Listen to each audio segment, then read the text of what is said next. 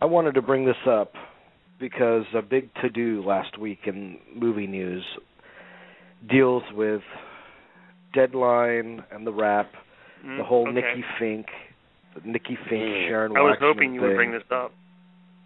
So here's for the unacquainted out there among our listening audience. Sharon Waxman runs the Wrap, right? Now, Sharon Waxman's been a guest on the show before. She was very sweet to us.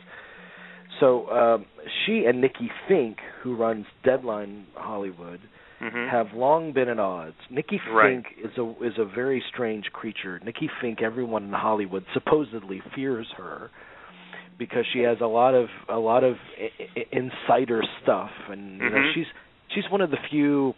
It used to be said of the studio heads back in the old days of Hollywood, like they could build an image up for you, and they did that with a lot of stars, or they can tear you the hell down with bad press. People feel the same way about Nikki FInke, and those figures in Hollywood are few and far between nowadays. If I don't think there's anyone except Nikki FInke really anymore that is capable of that. So the two of these journalists have long been at odds.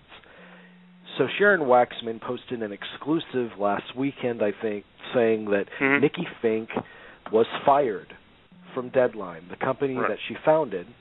She was fired by the company that bought her out, essentially because Nikki FInke's behavior is intolerable and they're tired of dealing with it, which led Nikki FInke to say there's absolutely no proof of this, blah, blah, blah, and she fired back at Sharon Waxman.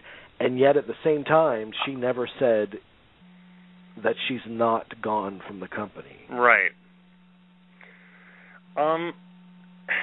Okay, first of all, I didn't, Sharon Waxman, I think, wrote one of my favorite books, Rebels on the Backlot, and I enjoyed reading her when she wrote the New York Times. And I think Nikki FInke has been just always hated on her, always, from the get-go.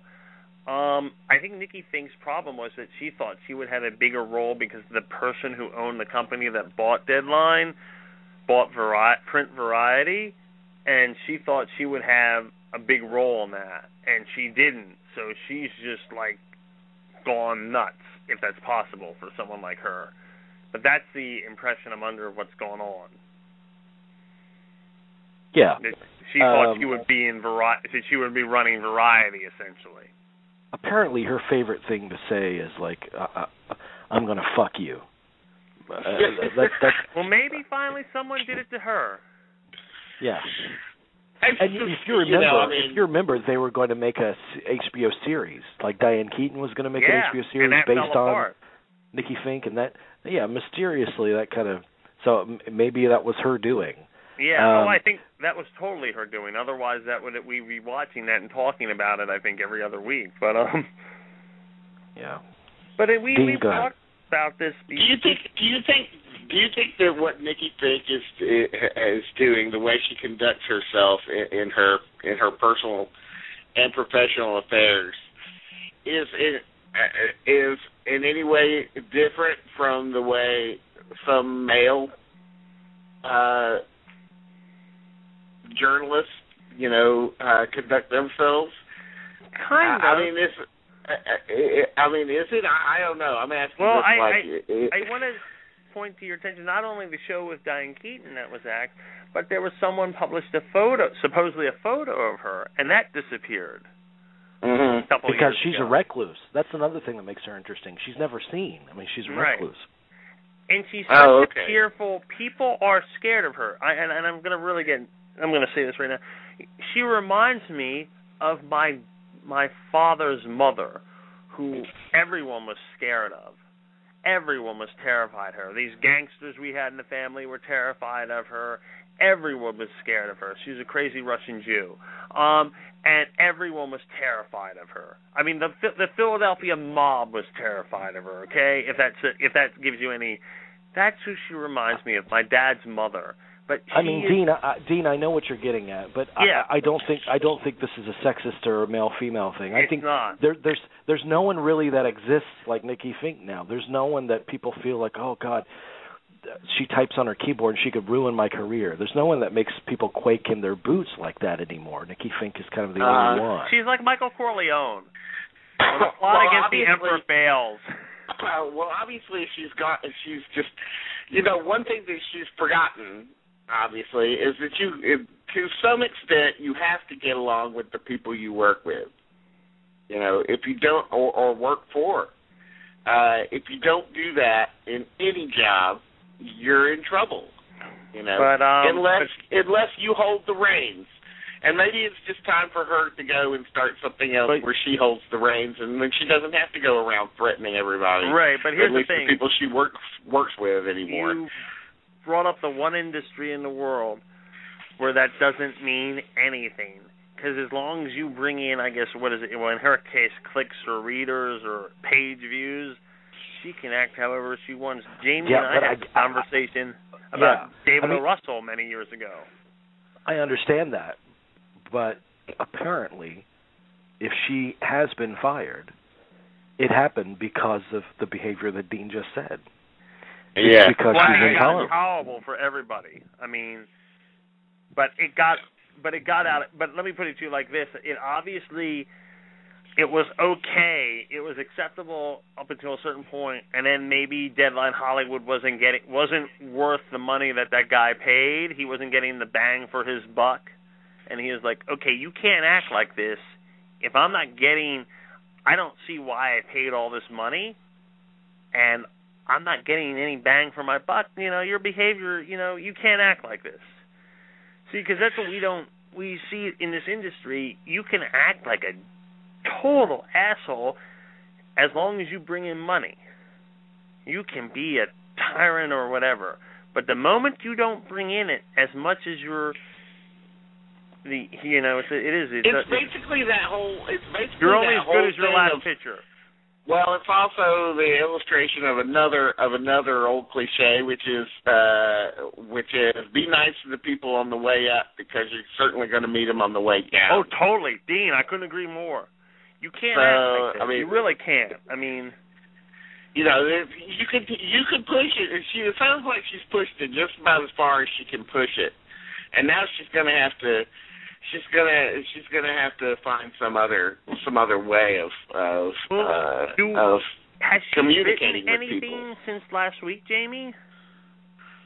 No, I haven't heard anything else. I mean, there's a lot of people have come forward and talked about their encounters with Nikki FInke to kind of back up the idea that she's terrible. But I mean that goes without saying. I mean, we know people that we've had on the show, fellow journalists and everything, who actually dealt with her and have nothing nice to say about her. Here's my major feeling about Nikki FInke and the whole kind of entertainment journalism that she represents. Who cares? It's like you're reporting on casting news.